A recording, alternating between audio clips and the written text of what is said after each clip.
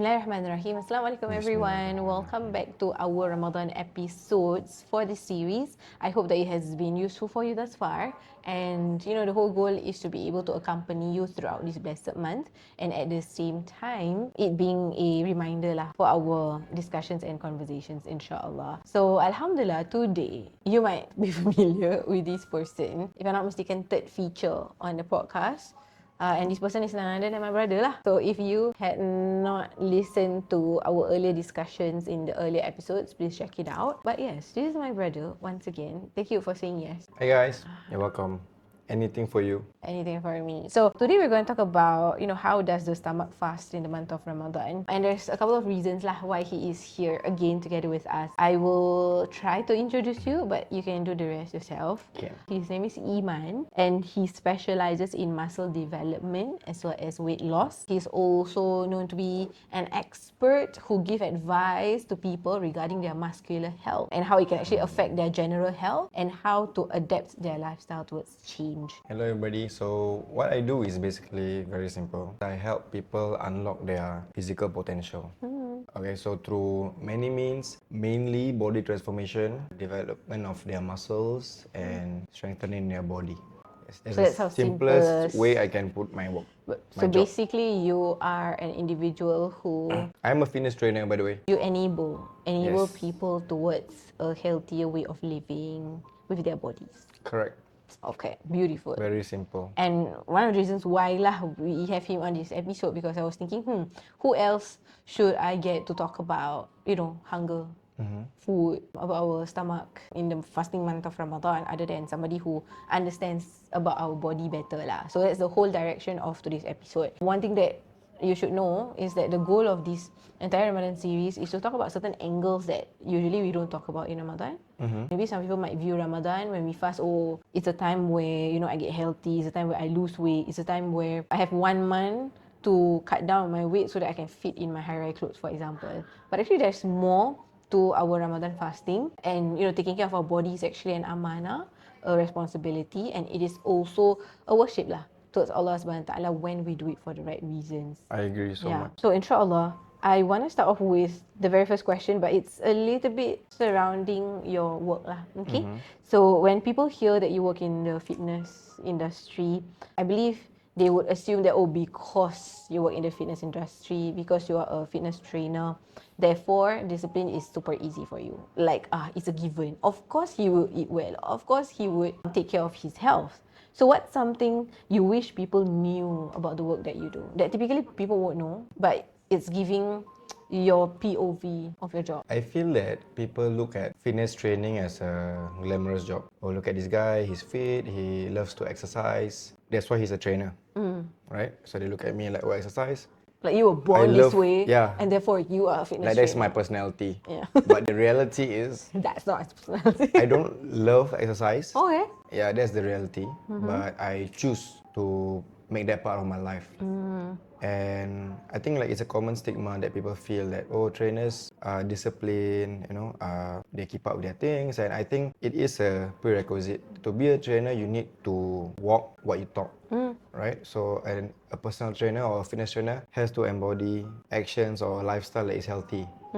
That's the reason why you even find a trainer, right? Because they already live that life, they have solved those problems, overcome those challenges. Now they have the experience to teach you the same things. Does that answer your question or no? Yes, it does. There are people who are disciplined at work, but the moment when they come home, they do not wash their clothes or clean their bed. You can be disciplined in one area, but not disciplined in another. And I feel that it directly correlates to can be upbringing or culture, but mainly what drives you in life. So discipline should Your be purpose. all facets of your life, yeah. right? It should be you lah. Ideally, you want to be Yeah. disciplined in your work, your Yup. relationships, your health, food, and also your self-thought, right? Ideally, but Ideally. it's hard to catch up with everything. Okay. That's why I exist, because if, for example, why you you exist. can be disciplined at work, right? But if you're not disciplined in your health, that's what I help you with. Yeah, I'm glad that you exist. I'm glad that this profession exists. Okay. Speaking about your existence, right? Yes. It comes with some form of knowledge and experience as well. So I'm just wondering, from that angle, from your perspective, what do you think actually happens when we overburden the stomach every night after fasting? Like you mentioned about discipline. During fasting, we were so disciplined, but the moment iftar comes, Goodbye Say discipline. less. Yes, goodbye discipline. So can you share a bit more about, that entire experience and why is that healthy or not healthy? What happens to your body when you overeat during iftar? That's the question. Yeah. Most of us actually realize the side effects is the first one is I'm fasting for 1 month but I gain weight. That's quite crazy, right? Crazy, yeah. Because you are literally like not suffering but putting your body in a state of like starvation. Fasted for 12 whole hours. Restraint lah, a state of restraint. Yeah, right? state of restraint for 12 hours straight, 30 days straight, but you still gain weight. And directly because of what you eat. So to make it very simple, fasting does not affect your eating habits. It just affects the time. Okay. So if let's say I'm a big eater, right? I snack a lot. Just because I fast doesn't mean I will cut down my snacks. Like you will snack the moment you can eat lah. Yeah, so it's just separating the time, right? And that's what people start to feel when, oh no, I'm fasting, so end up I eat more or gain weight. And one thing to take note of as well is I noticed that people tend to hold back their cravings. So when the iftar comes, right, they overeat. So let's say what happens, when I have sahur in the morning and then I have a 12-hour fast, and then when it comes to fast, I'm gonna buy kunafa, desserts, biryani, not much protein, just carbohydrates and sugars. Number one is your body will start to crash. Why? Most people feel that if I consume food, right, I'm gonna get more energetic because it's an addition. So I'm not eating, I get fuel, I eat, and then I get energized. And that's true, but in our current context, right, whereby there's so much food around us and unhealthy food, it actually becomes a burden for your body because your body has to digest all of this ultra processed food. So digesting food that is ultra processed, right, what happens is that your body will take on a lot of load. The simplest explanation is, do you know what's insulin? Yes. Okay, if you guys don't know what's insulin, right? So basically insulin lies within your body and it only comes out or is released into your blood vessels when there is sugar in your blood vessel. Alright, so the example, I eat bread. Digest, the sugar from the bread goes to my blood vessel, and in order to get this sugar out of the blood vessel, the insulin comes and creates a gateway from the blood vessels to the muscles to the other parts of the body. So when you overconsume food, you have foods high in sugar, what happens is your blood vessel gets flooded with sugar. And the bad thing is sugar is poisonous in your blood. Okay. That's the reality, right? So then now your body have to produce a lot of insulin just to get rid of the sugar. So are you like overworking your Yeah, so you're kind of body? overworking, right? Because you're like pumping out all insulin. It's okay. Yeah. We have a bit more sugar, everybody get to work, right? A lot of people go out and then after that, they get the sugar into the body. But the moment there's no more sugar, there's so many insulin in your body, right? Yep. That's why they call it an insulin spike, which affects your overall health and mainly your physiological state. You start to feel lethargic and whatnot. So you don't need that amount of insulin actually Yes, on exactly. a day-to-day basis. And long term, what happens is your insulin sensitivity is affected. So example, on day 1, I need 1 insulin to get rid of 1 sugar. After that happens for so long, because there's so much sugar, the insulin becomes so insensitive, I'll need 3 insulin to get rid of 1 sugar. So what happens then is the overworking lah. Your body having to produce a lot more insulin. Yep. And it becomes not so efficient. Wow. Yeah. I'm just thinking about, really, now it makes sense why the Sunnah of the Prophet ﷺ, he teaches us to not just approach things moderately, but part of his Sunnah is to break the fast with a korma, with a date, with a glass of drink. And he did not say, when you break your fast, go and feast. Yeah. Like he says, start with those little things.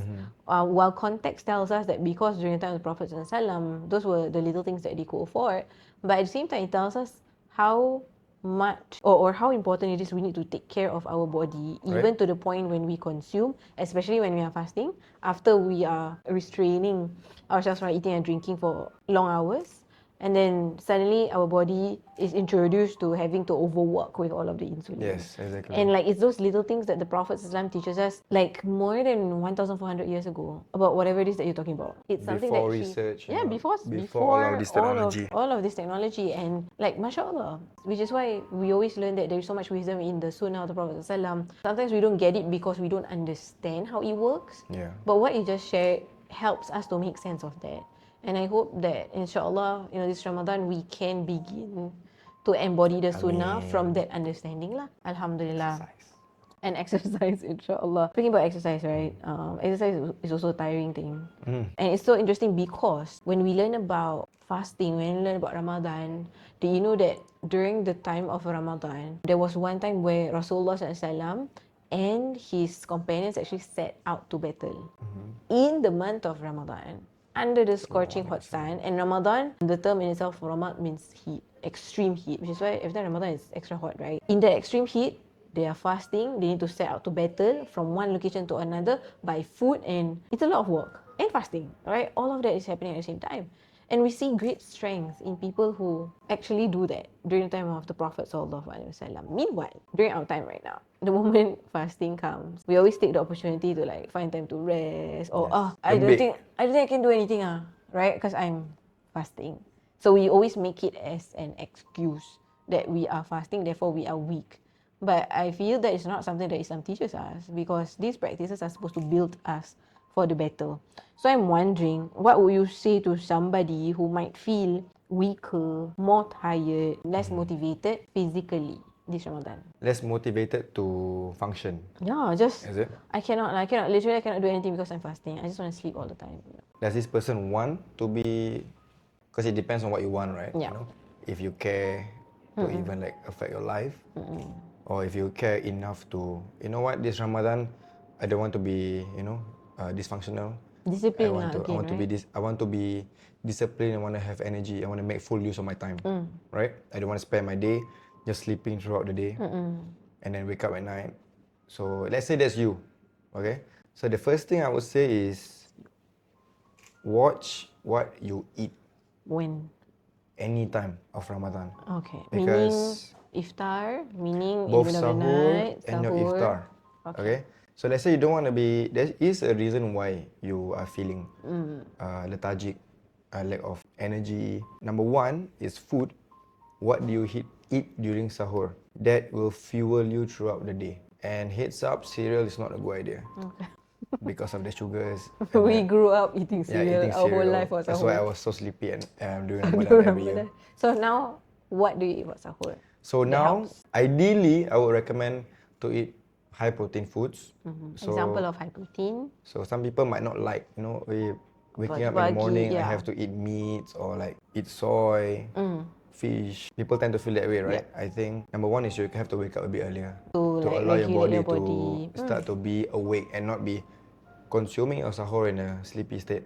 Which is why we don't feel like eating because we are sleepy Exactly, because you don't have appetite, right? And then number two, which is like I mentioned, protein-centric meals. Why? Because your body requires protein to be able to build muscle. And during Ramadan, when you're in a deficit, right, your muscle is depreciating. Meaning, what is depreciating? You are losing muscle. Okay. Like, Because you are in a deficit. Let's say you are in a caloric deficit. deficit, what? Caloric deficit. What is that? So basically, you know what is calories? Yeah. Okay, so everybody... calories. Deficit. Caloric deficit. Okay. You are eating lesser calories than you are burning every day.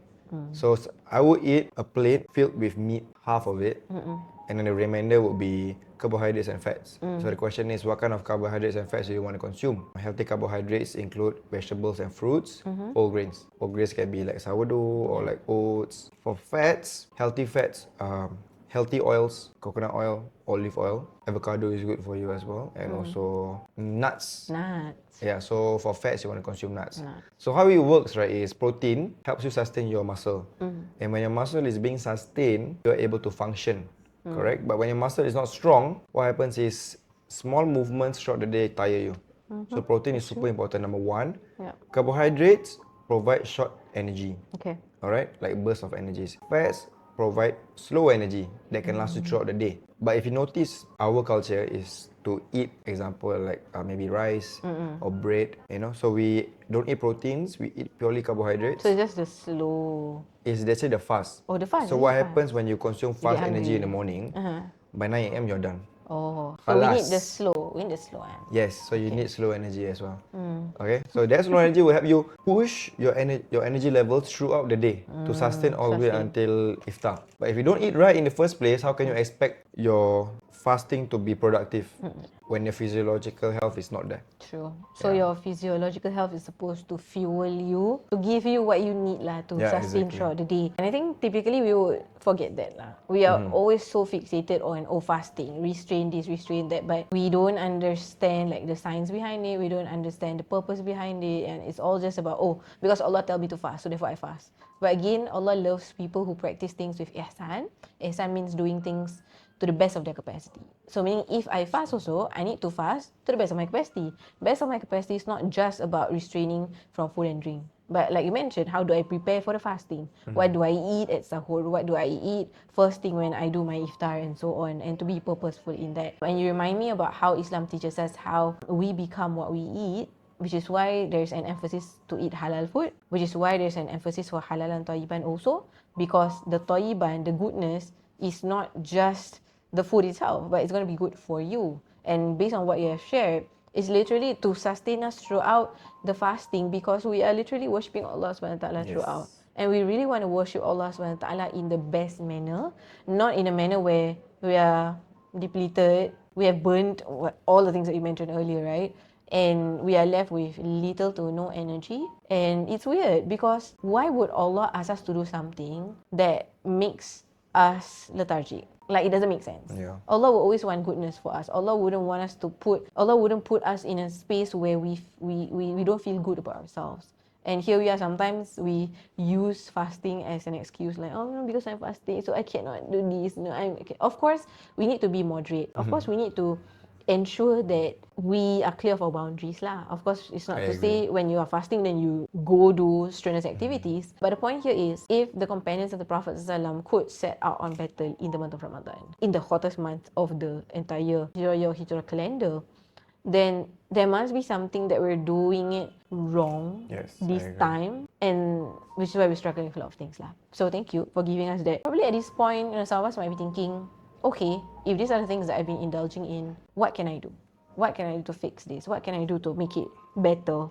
Okay, so before we continue, I really hope that you have been finding the episodes beneficial so far. And I'm also happy to share that this Ramadan, we are actually helping Global Ihsan Relief Singapore to fundraise for iftar meals for those who are in need of support in their lives, for individuals, for mothers, and for families as well. So I'm inviting everyone, if you've benefited from the episode, please extend the benefit. Please be part of this fundraising efforts, insyaAllah. And it's actually as low as $10 that you can contribute, and that you can help our fellow brothers and sisters to have a meal for their iftar, insyaAllah. So if you'd like to be part of this effort, please visit t.ly/iftar01, iftar01, and may Allah subhanahu wa ta'ala accept all of your giving in this blessed month, and may it be multiplied many folds for the benefit of your dunya and your akhirah as well, insyaAllah. So again, it's t.ly/iftar01, iftar01, and you can insyaAllah contribute as low as $10 to support our brothers and sisters, insyaAllah. Okay, now back to the episode. We talk about all of these things, but when we experience Ramadan, we find that our unhealthy habits start to surface, and instead of addressing it, we embrace it. And then we just move give a reason. Right? Justify. We keep justifying, give ourselves excuses. So how do we go about that? And if somebody were to want to fix that or heal that part of themselves, because it's part of taking care of our well-being, right? What can you suggest? The first thing is identifying your bad habits, which is to acknowledge and realize. And most of us do not realize, and it's normal. It's so easy to be reactive. But whether do we direct our life and take into account, what have I been doing today or tomorrow? What have I done? But common mishaps in Ramadan include like overeating, lack of exercise, eating late at night. Affects your body as well. So how do you fix these things? Like I mentioned, number one, identify. Number two, you have to solve it. Common suggestions I would give is in terms of nutrition-wise. I'm not a nutritionist, but just sharing with you some guidelines on nutrition. Protein again. Always consume your protein first during iftar. You have a plate of rice with chicken and vegetables. Consume the chicken first. Protein first. Yeah. Why? Because the protein itself is satiating. Satiating means it satisfies Okay. your eating cravings. Ah. So what happens if I eat my proteins first? So you will feel satisfied Faster, right? faster. So by the time I hit my carbohydrates, at the end of the meal, I feel like, okay, this is a good meal for me. But if I consume my carbohydrates first, that's delicious, You fried don't feel rice, whatever. enough. Exactly. And by the time you finish your protein, protein have not digested yet. Okay, I want to have another dessert. So rule number 1, have a proper meal. You know, with the portions itself, eat your proteins first, followed by your carbohydrates and your vegetables. Okay. Rule number 2 is to be mindful. So what I tell my clients as well regarding like body transformation, and if let's say you are somebody who wants to use Ramadan and take advantage of Ramadan in terms of your physical health, To start that to physical start health. right, maybe this Ramadan I want to lose some weight.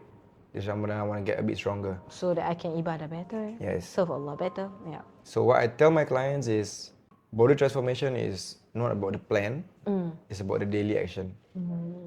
How mindful are you about what you do every single day?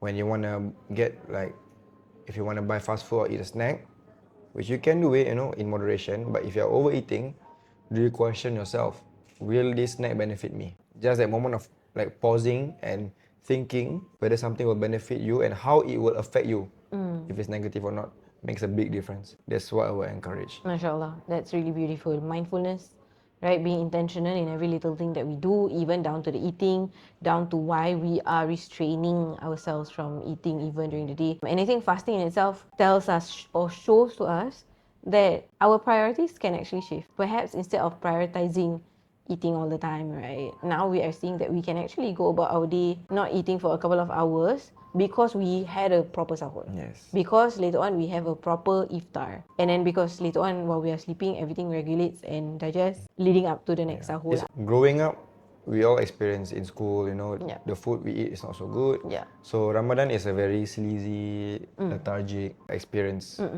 Wake up, you know, I cannot eat, I get hungry, I feel dead. But once I started directing my life, I had a healthy Ramadan. The difference is the opposite. Okay. I'm excited for Ramadan because I know that during Ramadan I'll be more clear, I'll be more energetic, and my body will feel a lot more stronger. MashaAllah. Yeah, why? Because when you're not processing food for 12 hours straight, your body is able to start repairing yourself.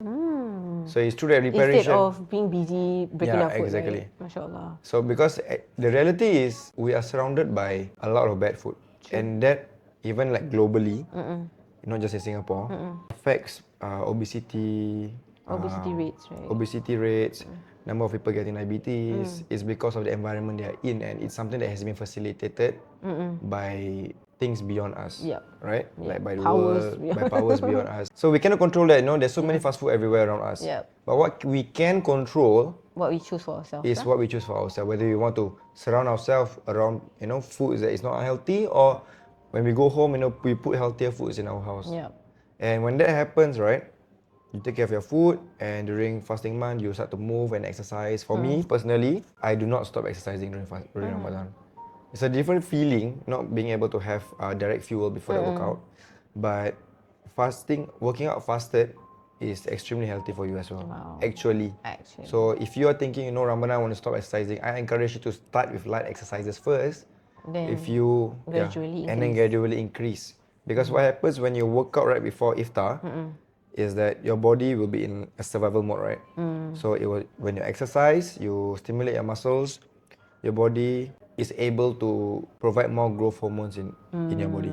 Okay, so the mind will release growth hormones when you start consuming proteins right after the workout. End up your body actually growing stronger. Yeah, because it like focuses on the really important things, the exactly. priority, what needs to break down, instead of being distracted with many other things that comes into your system, right? And what's the benefit of that? You know, you feel strong, you don't feel sleepy. If you guys feel sleepy during lunchtime, it really is what you eat.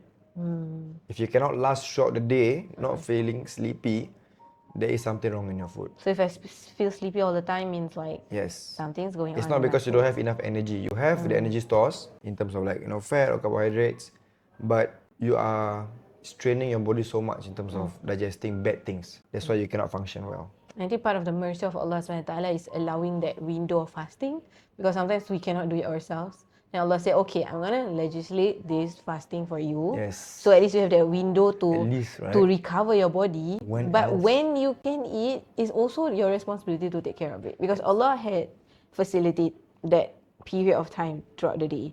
Then now it's your job to take care of yourself after Allah SWT has helped you. So I thought that to be beautiful. And earlier also you mentioned about satisfaction. I think that's really beautiful because part of the practices of Islam is to recite a dua before we do something. And as much as eating is a concern, that dua we make before we eat is also equally important. Because when we say Allahumma barik lana fima razaqtana, we're asking Allah, Ya Allah, please bless us with what you have given us. And that's really important because barik lana is also asking Allah, Ya Allah, please give me barakah, berkat in everything that you have given me. Which also means when there is barakah in something, barakah gives you enoughness. Barakah gives you that sense of satisfaction, contentment. Barakah tells that even if it's small, it's enough. And I think because we don't spend time to understand what we recite, that's why we just Allahumma barik lana fima razaqtana and then makan, right? We straight away eat. But we forget that, Ya Allah, I'm actually asking Allah for barakah, which means even in the little portions, the controlled portions, the portions of restraint, it's going to be enough for us. I think sometimes because we are too hungry, so we don't feel like a plate is enough, so we go for many, many rounds. But barakah says small is enough. I agree. Moderation is enough.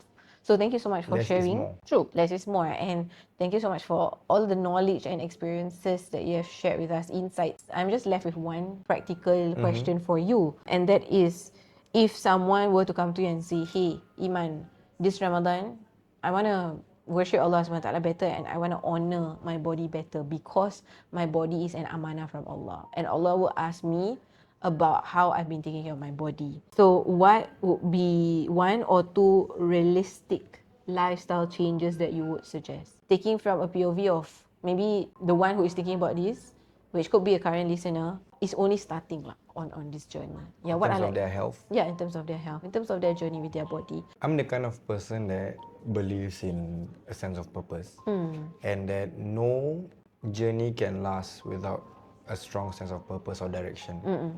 So number one is to identify what do you truly want out of life and assess whether whatever you have right now is enough. So once you understand that, number two is taking the actions. What I would recommend is to first look into your... There's so many things to say. I know. Two only. I know. I just blurt out, okay? Your nutrition, what you eat, your exercise, how you move, when you move, and lastly, your lifestyle, which is your sleep and your stress. So important. So it's okay to just focus on one area first and then slowly build on Correct. the other And areas. Yeah. if there is any one area, I would say go and fix your sleep. Because when you don't have enough sleep in relation to nutrition as well, number one, you cannot exercise because you don't feel good, right? And number two, you're gonna get so hungry. Because when you don't have enough sleep, your body produces there is an imbalance between hormones, like specifically leptin and ghrelin, which affects your appetite. If you don't sleep, you are gonna be a lot more hungry. True. And Been then there, done that. that's exactly what happens to people. Why people invite me? Not you lah, but some people they don't have sahur, right? Yeah, true. They Or some skip. people they don't sleep just so that they don't miss sahur.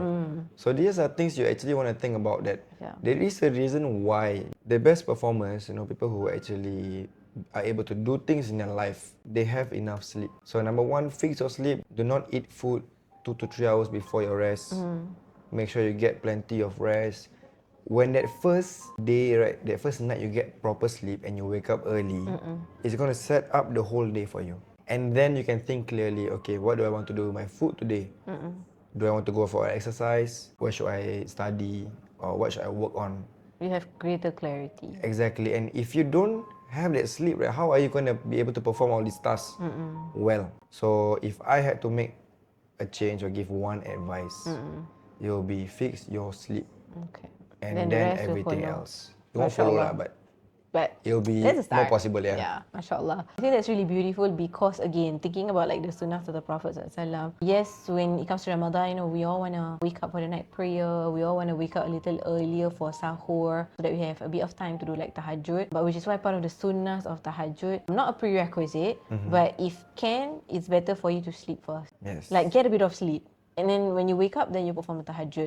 The Prophet did not advise us to like stay up the whole Quite night. cool, actually. Yeah, actually cool. Like exhaust yourself so that you can do tahajjud. But part of the sunnah is to sleep a little, to ensure that you get rest before you wake up and continue to serve Allah. But even in resting, when you say, you know, Ya Allah, I'm resting because, you know, I want to serve you better, I want to serve the people better, that can also be a worship. And imagine, even your sleep, you are worshipping Allah subhanahu wa ta'ala. You are not missing out lah on a lot of things. So may Allah subhanahu wa ta'ala make it easy for all of us.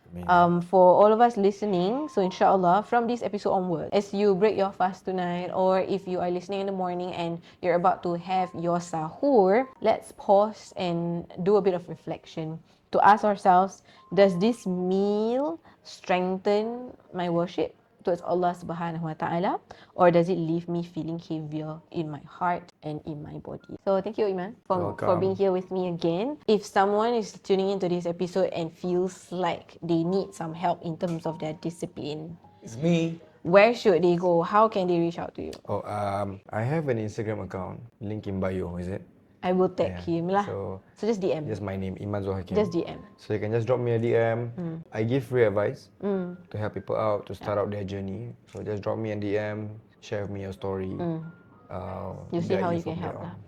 Yes. Okay, Alhamdulillah. And another thank you that I want to extend to is that if you see this very beautiful setup, you also see this very beautiful table. We are actually at Vivre Design Studio, and we are so grateful for their kindness and their generosity to allow us to use their space to facilitate this entire Ramadan series. They've been in the industry for more than 23 years. So insyaAllah, you know, they are people who you can trust of their expertise.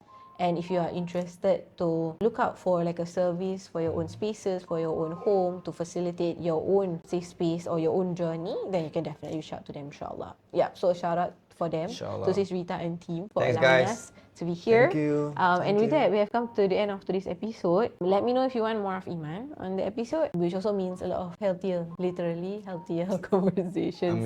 But yes, take care everyone. Have a good Ramadan. Tune in to the next episode. Assalamualaikum warahmatullahi wabarakatuh. Waalaikumsalam warahmatullahi wabarakatuh.